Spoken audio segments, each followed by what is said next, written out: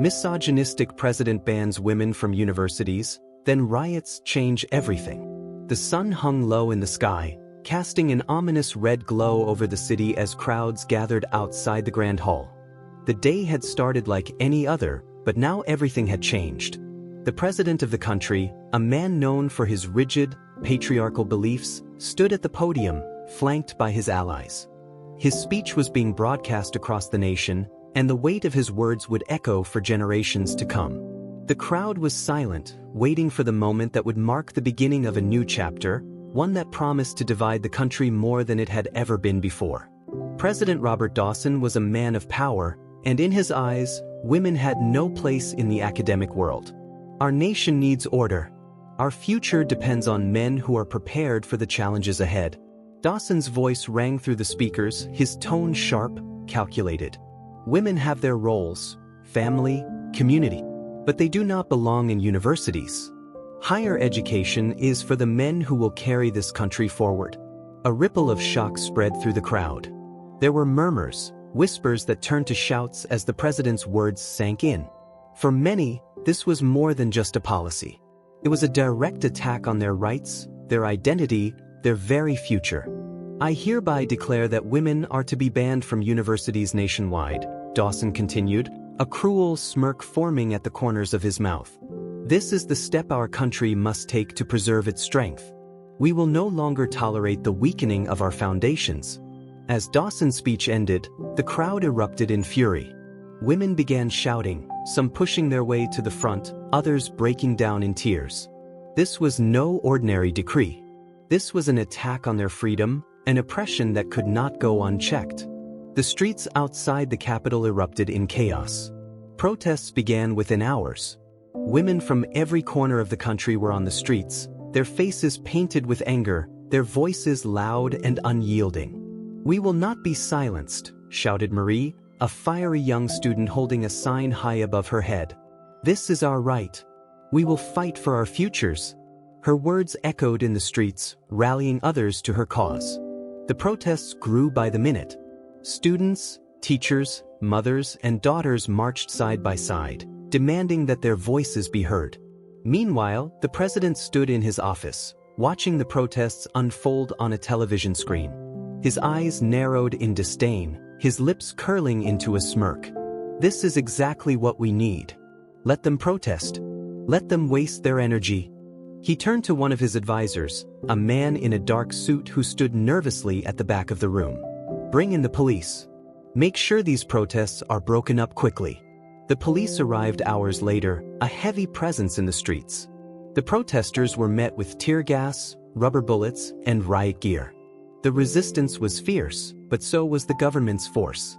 Marie stood at the front of the protest, her heart pounding in her chest as the first wave of police officers marched toward them.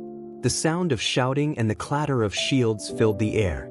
"You can't silence us," Marie shouted, her voice loud, cutting through the tension. She wasn't the only one. Every woman around her yelled in unison, defying the authority that sought to crush them. The first tear gas canister exploded on the ground nearby. A cloud of smoke filled the air, blurring the vision of the protesters.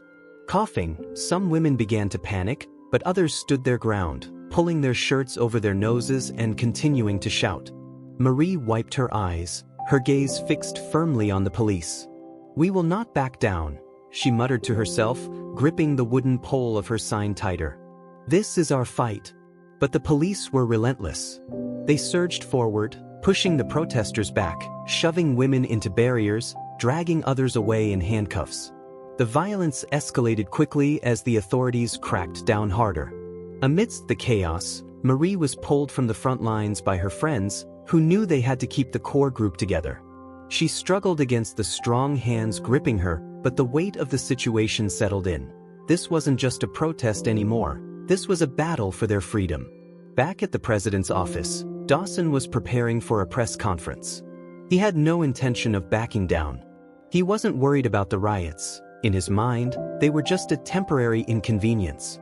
He had seen how protests had been quashed before. With the right force, everything could return to normal. As Dawson adjusted his tie in front of a mirror, the door swung open. One of his senior aides rushed in, breathless. "Sir, the situation is escalating. The protests are spreading to other cities. It's becoming violent." Dawson's face turned cold. "I don't care about these so-called riots. They'll be over in a few days. You'll see. All of them will go home. We need to prepare for more. The media is starting to report on how the women are being treated. It's gaining international attention." A hint of unease flashed across the president's face, but he quickly suppressed it. "We'll handle it. Don't worry. Women don't have the strength to take this country down. They'll tire out." Meanwhile, the protests continued to grow in intensity. The streets of major cities were flooded with women's rights activists. They began to organize more effectively, calling for solidarity and nonviolent resistance. But the president's government wasn't ready to listen. Instead, they poured more police into the streets, more violence. The tension in the air was palpable. Women across the nation were united in their fight for equality. The news began to cover the brutality of the government's crackdown, and international organizations began to speak out in condemnation. It wasn't just about education anymore. This was about a system that had oppressed women for far too long, and they were done. The women of the country had had enough, and they were not going to go quietly. Amid the chaos, one woman was caught in the middle of the unrest. Lena, a young law student, was thrown to the ground by a police officer. She had been peacefully protesting when the officer grabbed her by the arm, slamming her into the pavement. Her scream echoed in the streets, silencing the surrounding noise for a brief moment. Her friends rushed to her aid, but it was too late. Lena's head struck the ground hard, her body going limp. The crowd around her gasped in horror, and the scene quickly spread across the nation. Lena's name was plastered across every news outlet as the first victim of the president's crackdown. The international outrage was swift and unforgiving. World leaders condemned the president's actions, calling for immediate change. Protests began to spread to other countries, with people around the globe standing in solidarity with the women who were fighting for their rights. Inside the country, the riots became more organized. The people, men and women alike, were marching for the freedom of women. It was no longer about education. It was about human rights, dignity, and the right to exist as equals in society. Ethan, a young man in his 20s who had once supported the president, found himself standing on the side of the protesters. He watched as the city changed around him, the division between the old regime and the new growing ever wider. The streets had never been so alive with energy. Protests were erupting in every corner of the nation, and the anger of the people was impossible to ignore. As the riots reached their peak, the women had formed an unstoppable force, calling for justice, for the right to education, and above all, for their basic human dignity. In the midst of the chaos, Ethan had found himself questioning everything he had once believed in. As a young man, he had been influenced by the president's rhetoric, the promises of strength and unity that the government had painted for him. But the sight of the women, their faces fierce with determination and grief, made him realize how blind he had been. Lena's death, the first fatality of the riots, had opened his eyes. She had been someone's daughter, someone's sister. And now she was gone. Ethan stood at the edge of the crowd, his eyes scanning the faces of the women marching ahead, their signs raised high, their chants echoing through the streets. They were no longer afraid, and neither were the men who stood beside them, recognizing that this wasn't just a women's fight, it was a fight for freedom. "We won't go back," shouted a woman in the front, her voice cracking with emotion. "We will never go back to being silenced." Ethan's chest tightened. He had never felt more alive than in this moment, standing among the people who were demanding change, who were finally taking action. As the protest moved forward, there was an unspoken tension in the air. It was clear that the government would not let this go unnoticed. Police cars lined the streets, their lights flashing, but there was something different this time. The officers who had once been part of the oppressive machine were now standing frozen, unsure of which side they were supposed to be on. They had been ordered to suppress the protesters, but what they were witnessing now was a people's uprising, a force too powerful to ignore. At the front of the march, Marie led with a calm intensity. She had become the face of the rebellion, a symbol of resistance and unity. Her voice never faltered, and her steps were firm. She had already lost friends to the violence, and she knew the risks, but she was not about to back down. Her eyes locked with Ethan's for a brief moment as the crowd swelled, and he nodded in recognition. He had joined the movement long ago, but now, with Lena's death hanging heavily over their heads, it felt like there was no turning back. The march continued toward the presidential palace, the heart of the government's power. The women's demand for justice was clear. They would not stop until their voices were heard, until they were given their rights. But as they reached the gates of the palace, they were met with another wall, this one of heavily armed riot police and military vehicles blocking their path. Marie stopped, her feet planted firmly on the ground. The crowd behind her fell silent as they realized what was about to happen. The standoff was imminent. Tear gas canisters were already being loaded, and a low murmur rippled through the protesters as they prepared for the inevitable. "We will not be intimidated," Marie shouted, her voice carrying through the tension. "This is our fight. This is for every woman who has been silenced, for every person who has been oppressed." Her words were like a spark, igniting the crowd once more. The protesters began chanting, their voices rising in unity. The authorities might have had weapons, but the people had resolve. Ethan moved forward, instinctively joining the front line. He wasn't sure what he could do, but he knew that he couldn't stand by and watch this moment pass without making his voice heard. Tear gas began to fill the air, and a few people fell to the ground, coughing and gasping for air. But they didn't back away. They kept marching forward. The scene unfolded like a tragic, almost surreal dream. The police stood their ground, waiting for the signal to take action, but the longer they stared at the protesters, women, men, students, workers, the more they realized that this wasn't something they could just shut down with force. The president's orders were clear: stop the protest. But there was something unspoken in the air that told them they were not fighting just against a group of angry citizens. They were fighting for a cause that had grown beyond control. Ethan glanced at the front, where Marie stood, unwavering. He could see the sweat on her brow, the strain in her eyes, but there was also a fire that could not be extinguished. It was at that moment that the first officer in line lowered his baton, his eyes meeting Marie's. The shift was subtle, but it was there. A shift from fear to understanding. And just like that, the floodgates began to open. One by one, more police officers dropped their weapons, a silent gesture of solidarity with the people. "You're not alone, Marie," one officer murmured as he unlatched his helmet, walking toward the protesters. The realization that the police were no longer blindly following orders hit the crowd like a wave of energy. The protesters cheered, the roar of their voices mingling with the hum of the city around them. For the first time, they felt as though their fight was finally being recognized. As the gates to the presidential palace opened, a group of women walked forward, their faces steady, their hearts determined. Marie and Ethan were among them, the rest of the protesters watching from behind, their eyes full of hope. They had made it this far, but there was still one final hurdle to overcome. Inside the palace, the president was pacing nervously in his office. His mind raced as the news of the protesters' advance reached him. The media had already begun reporting on the uprising, and the world was watching. His grip tightened on his desk as he stared at the screen, watching the women walk through the streets toward his door. It wasn't long before the president's advisors entered the room, a look of urgency on their faces. "Sir, the situation is becoming unmanageable. The military is ready to deploy, but what?" Dawson's voice was clipped, his jaw tight. "Do you think I'm going to let a bunch of women take control of this country?" One of the advisors hesitated. "It's not just women, sir. It's the people. This isn't a protest anymore. This is a movement. If we act now, we risk losing everything." The president stood in front of the windows, watching the events unfold below. The resistance was no longer just a nuisance. It had become a full-blown revolution, and the streets were full of people demanding freedom. He couldn't deny it. His grip on the country was slipping. The moment was drawing near.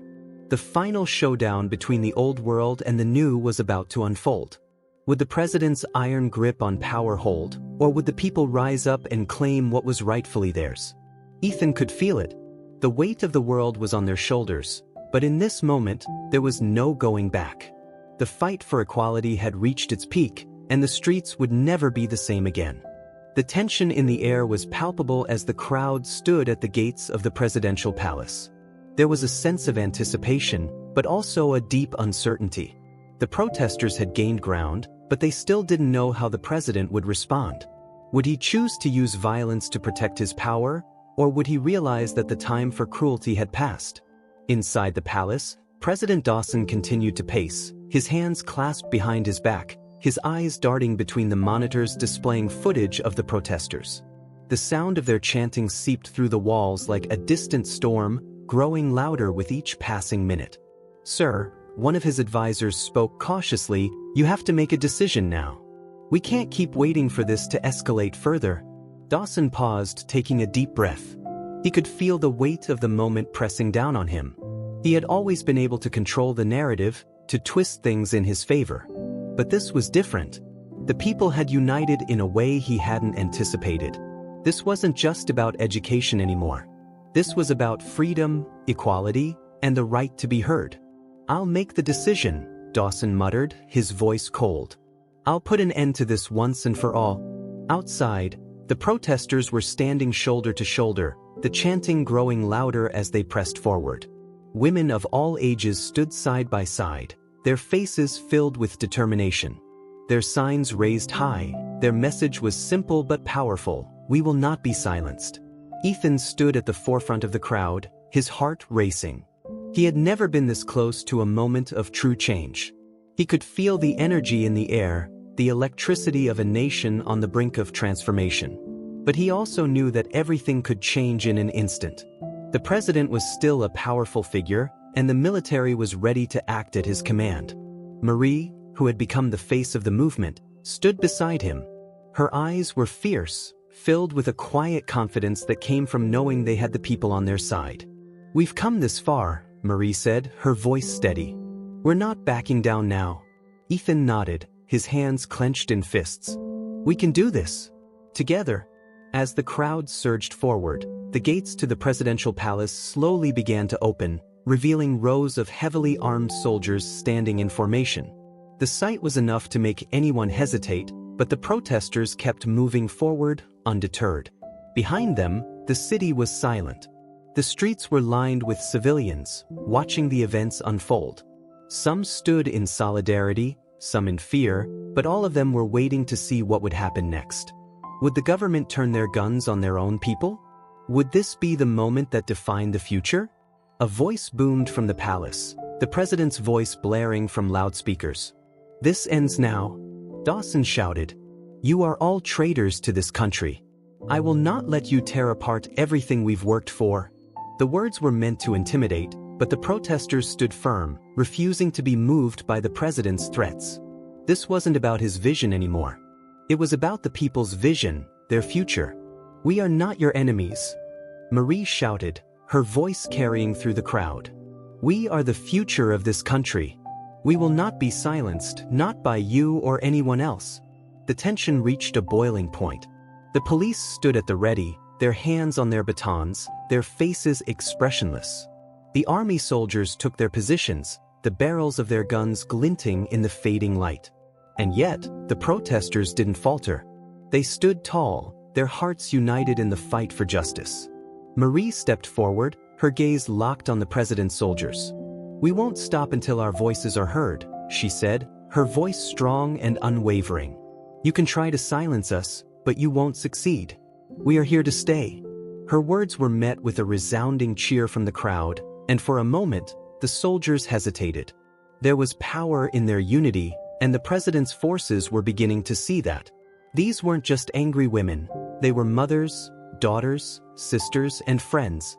They were a force to be reckoned with. Ethan felt the power of that moment wash over him. For the first time in his life, he didn't feel afraid of what was to come. The people had the strength to stand up to the president's tyranny, and he was proud to be part of that. And then, the president's final orders came through. The military moved into formation, the sharp sound of boots hitting the pavement echoed through the streets. But they didn't move forward. Instead, they stood still, their eyes locked on the crowd. Marie stepped closer to the front, her voice carrying across the plaza. We won't be intimidated by you anymore. You can fire your weapons, but we will keep coming. We will not stop." For a moment, there was silence. Then, one by one, the soldiers began to lower their weapons. The first officer hesitated, looking down at his gun before slowly unstrapping it and letting it fall to the ground. Then another officer followed, and another. The shift was subtle, but it was real. The tide was turning. Ethan watched in disbelief as the military began to stand down, their faces filled with uncertainty. The people had won, at least for this moment. But the battle was far from over. Back in the palace, Dawson's face twisted in rage. He had watched the same scene unfold on his monitors, and for the first time, he felt his power slipping away. "How is this possible?" Dawson demanded, his voice shaky with anger. "Why are they backing down? Why aren't they afraid of me?" His advisors hesitated, unsure of what to say. They had watched the military fail to act, and they knew that the situation was quickly spiraling out of control. The public sentiment was clear, there was no going back. "The people are united, sir," one of the advisors said quietly. "They've found a new strength. They won't stop until they get what they deserve." Dawson slammed his fist on the desk. "This isn't over. I will not let them destroy everything I've worked for. We'll crush them. We'll show them who's in charge." But deep down, Dawson knew that his time was running out. The people had stood together, and they had shown that they were the true power in the country. His reign was over. The protesters surged forward, entering the gates of the presidential palace. The world watched as they made their way toward the heart of the government, their victory clear for all to see. Marie and Ethan stood at the front, side by side, as the crowd flooded into the palace grounds. Their mission was clear. They had won, but the fight was far from over. They had shown the world what it meant to fight for justice, for equality, and for the freedom of all people. "We did it," Marie whispered to Ethan, her eyes glistening with tears of relief. "We actually did it." Ethan smiled back at her. "This is just the beginning." And as the doors of the palace opened, the people walked through them, ready to take back what was rightfully theirs. They had fought for their future, and now, their future had arrived. The echoes of footsteps resounded through the once immense halls of the palace as the protesters, now victorious, marched through the door. The room before them felt strangely empty, its silence deafening in contrast to the roars of the crowd outside. The walls that had once symbolized oppression now stood as witnesses to the dawn of something new. Marie stepped into the grand hall first, her heart pounding in her chest. The palace, once a place where power was held in the hands of a few, now seemed like a relic of a bygone era. She took a deep breath, knowing that this was a pivotal moment, one that would be remembered for generations. The people had not just toppled a regime, they had reclaimed their right to equality. Behind her, Ethan followed closely. His eyes wandered around the palace, taking in the grandeur, the extravagance. The lavish decorations, the expensive furnishings, they all seemed so out of place now. This was not a symbol of strength, but of arrogance, a reminder of the divide that had once existed between the ruling class and the people they had oppressed. Marie's voice cut through the silence. "We're here for a reason," she said, turning to the crowd behind her. "We fought long and hard to get here. Now, it's time to make sure that this never happens again." Ethan nodded in agreement. "This is our moment," he said quietly, his eyes meeting hers. "But we can't stop here. We need to build something new, something that will stand for justice, for equality, for everyone." The words hung in the air, resonating with the power of the movement. This wasn't just about one victory, it was about shaping the future, about creating a society built on fairness, where no one would be oppressed or silenced again. As they moved deeper into the heart of the palace, they came across a group of former officials who had once served under the president. They looked uneasy, their faces pale as they stood before the very people they had tried to crush. But Marie and Ethan didn't flinch. They had earned their place here, and they wouldn't let the remnants of the old regime intimidate them. "You thought you could control us," Marie said coldly, her eyes fixed on the group. "You thought you could take away our rights, our freedom. But look where we are now. The people have spoken, and your time is up." The officials remained silent, some avoiding eye contact, others staring at the floor. But no one dared challenge Marie's words. They had been the architects of oppression, and now, they were nothing but remnants of a broken system. Ethan took a step forward, his voice firm. "We'll make sure this never happens again. We won't stop until every person has the freedom they deserve, until every woman has the opportunity to achieve her dreams." Marie smiled at him, the weight of his words settling deep within her. They had made history, and now it was their responsibility to shape the future. Meanwhile, in a distant room of the palace, President Dawson watched the unfolding events on a large screen. His hands were shaking, his face contorted in a mixture of rage and disbelief. The protesters had reached the palace. They had broken through his defenses, and now they were in control. He slammed his fist against the desk in front of him. "How could this happen?" he muttered to himself. "I had everything under control." But the truth was undeniable. He had lost. His tyranny, his policies that had kept women oppressed, had finally been exposed for what they were: unjust, unfair, and unsustainable. His hold on power had crumbled, and now his only choice was to face the consequences. Dawson's hand reached for the phone on his desk, his mind racing. He had options: military intervention, calls to his allies for support. But deep down, he knew that this fight was over. His legacy would forever be marred by his refusal to change, to listen to the cries of those he had wronged. With a shaky breath, he picked up the phone and dialed the number of his closest advisor. "Sir," the voice on the other end answered. "What can I do?" "I need you to get me out of here," Dawson said, his voice low and defeated. "It's over." There was a brief silence before the advisor spoke again. "What do you mean, sir?" "The riots. It's done. The people have spoken, and I'm not going to fight them. There's no point. They've taken the palace, and the world's already turned against me. I need to leave before this gets worse." The advisor's voice was cold, almost businesslike. "Understood. We'll make arrangements. But you'll have to move quickly." Back in the streets, the protesters had begun to take control. The palace was no longer the center of power. It was now a symbol of the past, of everything that had once been wrong with the system. The people had reclaimed what was theirs, but they knew that this victory was just the beginning. Marie and Ethan stood at the front of the crowd, their eyes locked on the entrance of the palace. They could see the people behind them, the hope and determination in their eyes. The future was theirs. "We've done it," Ethan said, his voice filled with pride. "But now we have to make sure it lasts." Marie nodded, her face serious. "We've proven that the people can make change happen. But now, we need to rebuild, to create a society that works for everyone, men and women alike." She turned to face the crowd. "Today, we take back our future. Today, we prove that equality is not just a dream, it is a right." The crowd erupted in applause, their cheers filling the streets. This wasn't just about education, it was about the right to live freely, to be heard, and to stand together in the face of adversity. As the sun set on that monumental day, a new era began. The president had fallen, and the people had risen. This was not the end of the struggle. It was the beginning of a new chapter, one where the fight for justice, freedom, and equality would continue, but now with a renewed sense of hope. Ethan and Marie exchanged a glance. They knew this was just the first step, but it was a step in the right direction. The city was quieter now, the dust settling after the chaos of the protests and the palace takeover. The streets, which had once been filled with the tension of the past regime, now buzzed with an energy that felt like renewal. People were still cautious, unsure of what the next steps would be, but there was something undeniable in the air, a sense of hope and change.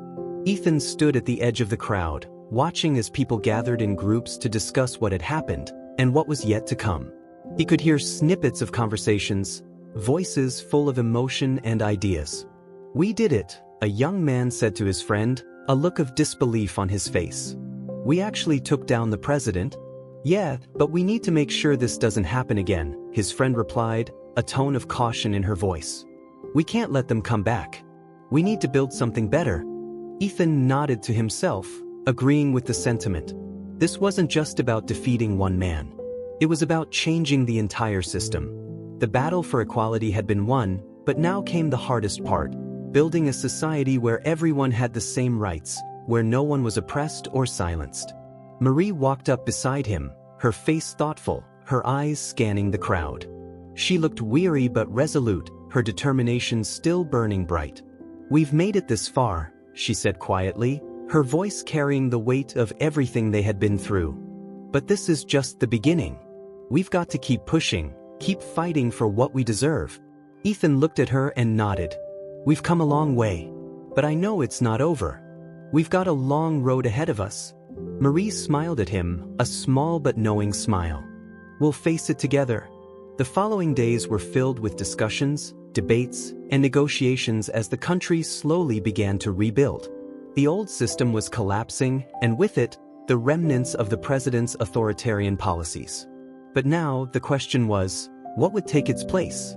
Marie and Ethan, along with other leaders of the movement, were at the forefront of this change. They were no longer just protest leaders. They were now figures of hope, tasked with leading the country through its transformation. "We can't rush this," Marie told a group of activists, gathered in a small conference room. "This is not about just overthrowing one man. This is about overhauling the entire system." Ethan leaned forward, his eyes fixed on the maps and notes spread out on the table. "We need to start with education. We've already won that battle, but we need to make sure it's accessible to everyone. We need to create universities that aren't just about knowledge, they're about empowerment. Women have to have the same opportunities as men. The future starts there." The others in the room nodded, their faces serious.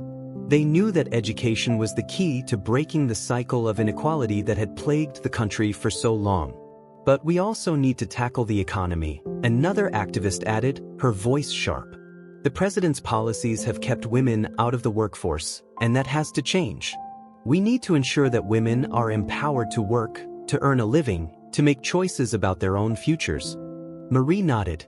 "Agreed. But it's not just about creating opportunities for women. It's about building a new foundation for the country, one that's based on fairness, on equality. We can't just patch up the old system. We have to create something entirely new." Ethan felt the weight of those words. They were no longer just talking about ideas. They were talking about real, tangible change.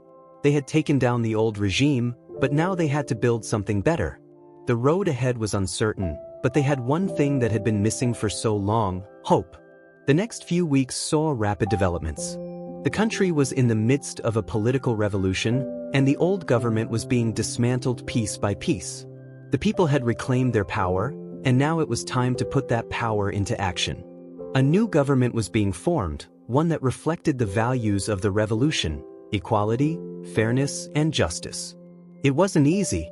There were deep divisions between the old guard and the new generation, between the men who had supported the president and the women who had fought against him. But for the first time in the nation's history, the people were truly in charge. Marie and Ethan were appointed to a newly formed Council of Equality, tasked with drafting a new constitution and setting the course for the future. The council was diverse, made up of women and men, young and old, from all walks of life. It was a symbol of the change they had fought for, and Marie couldn't help but feel a sense of pride as she looked around the room. For the first time, everyone had a seat at the table. "We have a long way to go," Marie said to the council, her voice filled with determination. "But this is our chance to create a society that works for all of us, not just the few." Ethan stood beside her, nodding in agreement. "We've already proven that change is possible. Now, it's up to us to build the future." Despite the overwhelming support for the new government, not everyone was happy with the changes. As expected, there were remnants of the old regime. Men who had been loyal to the president, people who still clung to the outdated beliefs that had shaped the country for so long. A group of these men began to organize in secret, gathering strength and plotting to undermine the new government. They were still angry over their loss of power and weren't ready to accept the new order. They believed that the country had been taken over by the weaker sex, and they would stop at nothing to see the status quo restored. Ethan and Marie were well aware of the threat. As much as they wanted to focus on rebuilding, they knew that they couldn't ignore the possibility of an uprising. The new government was vulnerable, and there were still enemies lurking in the shadows. "We've made progress, but we can't let our guard down," Marie said, meeting with the council. "There are still men out there who want to see us fail. We have to be ready to defend everything we've fought for." Ethan agreed, his expression grim. "We'll need to be vigilant. The change we've created is fragile. But I believe in the strength of the people. As long as we stay united, they won't be able to tear us apart." As the months passed, the tension between the old regime and the new government began to boil over. The resistance from the remnants of the president's supporters grew stronger, and the streets once again became a battleground. This time, however, the protests weren't just about equality, they were about survival. The old regime supporters would stop at nothing to reclaim what they believed was theirs. But Marie and Ethan, along with the rest of the council, knew that this was the final battle for the soul of the nation. The final confrontation was coming, and both sides were preparing for it. But this time, there was no doubt in Marie's mind. The people would win. "We've come too far," she said quietly, standing with Ethan as they watched the unrest unfold. "And we're not going to let anyone take it from us?" Ethan nodded, a spark of determination in his eyes. "This is our fight and we'll win it together." As the crowd gathered for what would be the final push, there was no fear, just the knowledge that they had earned this moment and they would never go back. The sun had barely begun to rise, casting long shadows over the streets of the capital. The atmosphere was thick with tension as the final standoff between the old regime's supporters and the newly formed government loomed on the horizon. The streets, once teeming with the sounds of protest, now echoed with an eerie silence. It was as if the whole country held its breath, waiting for the inevitable clash. Marie stood at the front of the barricades, her heart pounding in her chest. This wasn't just another protest. This was the moment that would decide the future of the country. There was no turning back now. They had fought too long, sacrificed too much, to let it all slip away. Her hands clenched around the makeshift weapon she had armed herself with, just in case. The people were ready for this fight. They were no longer afraid. Beside her, Ethan checked the communications device strapped to his wrist. Messages came in fast, updates from other protest leaders who had mobilized their supporters. There was strength in unity, and today, they would prove that the people's will could not be broken. "We've got this," Ethan said quietly, his voice steady. "The people are behind us. They won't let them take it." Marie nodded, but there was no smile on her face. She knew how close they were to victory, but she also knew the price of that victory. Blood had already been shed, and there was no way of knowing just how far the violence would escalate. She glanced at the crowd around them, women and men alike standing tall, ready to defend the future they had fought for. "I just hope they realize what they're up against," Marie said under her breath, more to herself than to Ethan. "This isn't just about a few radicals anymore. This is the voice of an entire country." The other side was drawing closer. The remnants of the old regime had regrouped, and their militant supporters were marching toward the square, weapons in hand. They had managed to gather a small army, desperate men who refused to see the country change. Behind their ranks stood the military, the last bastion of power that the president had left in place before his fall. They had come to suppress the uprising once and for all, to crush the dream of equality before it had a chance to flourish. As the first line of the opposition approached, the sound of boots on the ground grew louder, reverberating through the narrow streets. The protesters held their ground, but there was a nervous tension in the air, a sense that this would be a battle to the death. Marie could see the fear in the eyes of some of the younger protesters, the ones who had never been part of anything like this before. They were brave, but they were also scared. "We can do this," Marie whispered to the closest protester, a young woman who had joined the resistance only weeks ago. "Stay strong." The young woman nodded, her hands trembling, but her eyes filled with resolve. She knew what they were fighting for. She knew what this meant. The soldiers moved in closer, and the standoff intensified. Marie raised her fist, a signal to the others to prepare. "This is it," she said, her voice carrying over the tension-filled crowd. "We stand together." The moment hung in the air, like a flame on the verge of being extinguished. And then, without warning, the first shot rang out. The gunshot echoed through the streets like a thunderclap, shattering the stillness of the early morning. In that instant, chaos erupted. The opposition charged forward, weapons raised, their faces twisted with anger and hatred. The protesters fought back, using anything they could find to defend themselves. Rocks, bricks, and sticks became their weapons of choice. Marie's heart pounded in her chest as she moved to the front of the line, urging the people to stay united. "Don't back down," she shouted. "We are the future. They can't take that from us." But the battle wasn't going to be easy. The military forces were better equipped, better trained. They advanced with a steady, mechanical precision, pushing the protesters back step by step. The protesters fought with everything they had, but each step they took forward was met with a crushing push from the soldiers. Ethan stood beside Marie, his eyes scanning the crowd. "We need to hold the line," he said, his voice steady despite the chaos around him. "Don't let them break us." Marie nodded, but she knew that time was running out. They couldn't keep up this fight forever. They needed to do something. They needed a decisive blow, something that would change the tide of the battle. And then it happened. The barricades at the back of the plaza exploded, sending a shockwave through the air. Marie turned, her eyes wide with disbelief. The military had just launched a full-scale assault on the protesters, using explosives to break through the barricades that protected the people's last line of defense. The explosion sent people flying through the air, screaming in pain. Dust filled the streets, and panic set in. But Marie didn't hesitate. She rushed forward, grabbing a handful of survivors from the front lines, pulling them to safety. "We can't give up now," she yelled, her voice barely audible over the chaos. "Hold on. Don't let them win." Ethan followed her, his jaw set. "We need to get to the palace. If we can break their hold on the center, we'll win. This can't be the end." Together, they pushed through the smoke, their eyes locked on the prize, the presidential palace. If they could take control of the palace, they would send a clear message to the entire nation. The people were in charge now. The final push was unlike anything they had experienced before. The sound of gunfire and the crash of barriers could be heard in every corner of the city. But the protesters, despite the odds, held their ground. The violence that had erupted was met with a newfound sense of unity. Women and men fought side by side, knowing that this was their last chance to secure their freedom. As they reached the gates of the palace, they were met with a moment of shock. The gates had been thrown open. Inside, soldiers stood down, their weapons lowered, their faces filled with uncertainty. Marie stepped forward, her heart racing. She had never imagined this moment would come like this. But it was happening. The soldiers who had once been part of the oppressive regime were now standing before her, waiting for a decision. And then the unthinkable happened.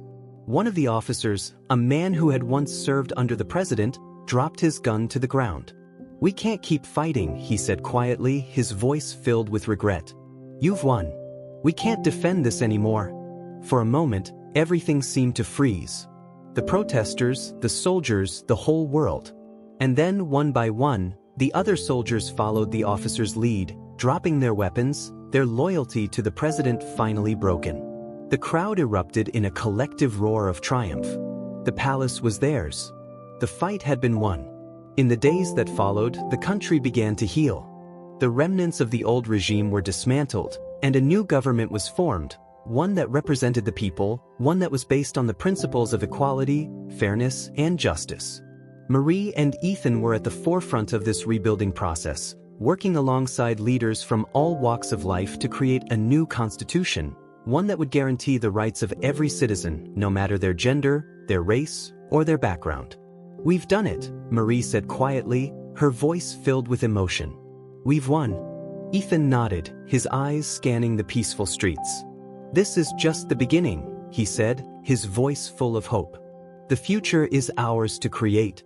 Together, they stood on the steps of the new government building, watching as people gathered in the streets, their faces filled with optimism for the first time in years. A new era had begun, one where equality was no longer a dream but a reality. The following weeks were a whirlwind of change.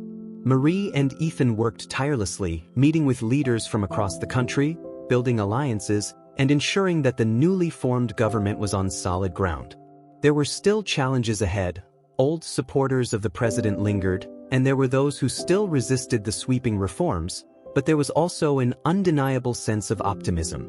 The streets were filled with people determined to rebuild their country from the ground up.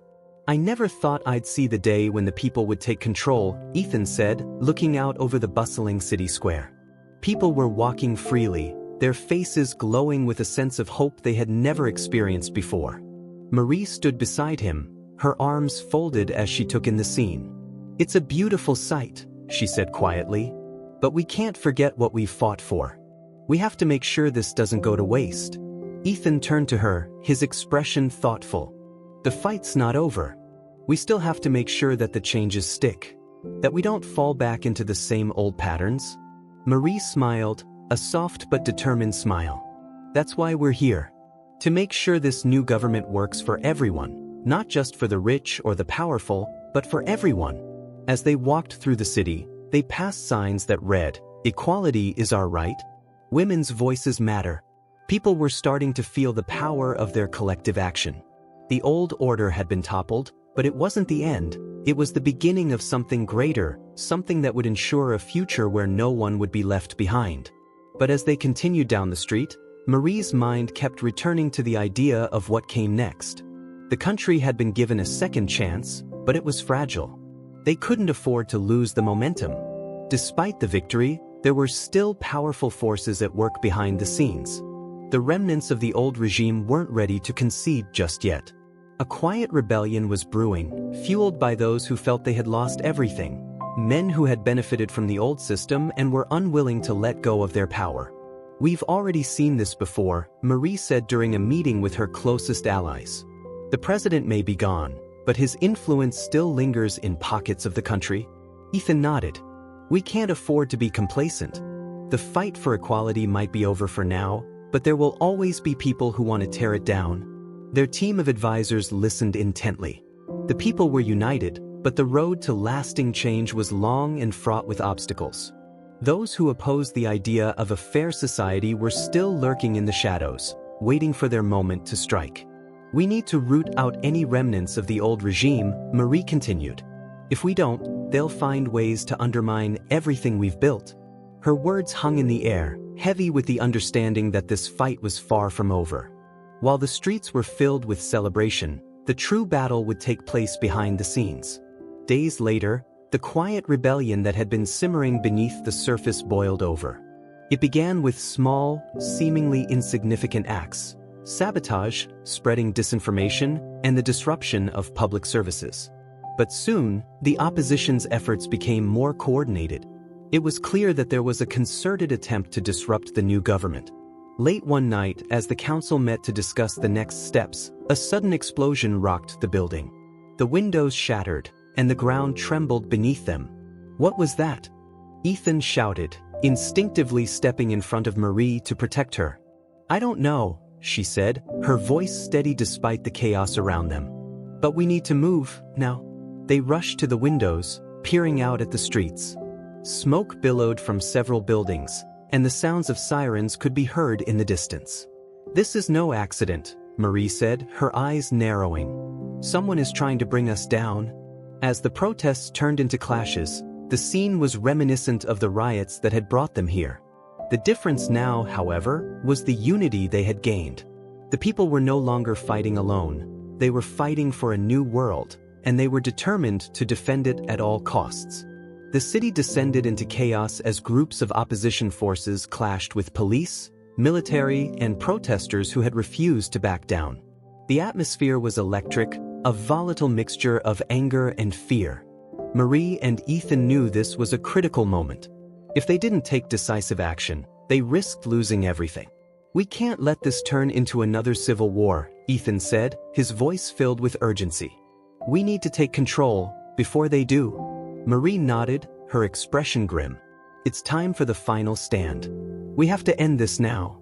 They quickly rallied their forces, speaking to the people through makeshift loudspeakers, urging them to stay united and to resist the chaos. "This is our home. This is our future. We will not let anyone take it away from us."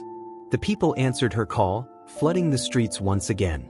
This time, however, it wasn't just about defending the future. It was about protecting their right to exist, to live without fear of oppression. As the opposition forces moved in, armed with weapons, The protesters stood firm. The soldiers had the advantage in terms of firepower, but the people had something they didn't: resolve. They weren't fighting for power, they were fighting for freedom. The streets became a battlefield, a tense stalemate between those who wanted to preserve the old order and those who were determined to create something new. For hours, the battle raged on, both sides unwilling to give in.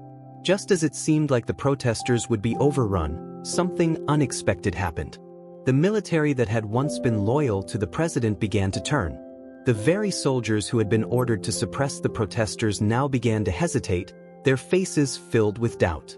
Marie and Ethan saw it from the front lines, soldiers dropping their weapons, standing alongside the protesters. It was the first sign of true victory, the realization that the power had shifted and the people had won. "We can win this," Ethan said, his voice trembling with emotion. "This is it. They're backing down." Marie smiled, the weight of the moment finally sinking in. "This is our victory," she whispered. By the end of the day, the streets were littered with debris, but the tide had turned. The old regime had lost its grip on power, and the people were now free to rebuild their country. The government, weakened by internal strife and defections, collapsed. The president, who had once ruled with an iron fist, was nowhere to be found. The streets were filled with celebration, but there was also a solemnity in the air. The people knew that they had not just won a battle, they had changed the course of history. As Marie stood at the steps of the newly formed government building, she could feel the weight of what had been accomplished. They had fought for their freedom, for the rights of everyone, and they had succeeded. "We did it," she whispered, her voice full of emotion. "We finally did it." Ethan smiled, his eyes filled with pride. "And we'll keep doing it. Together."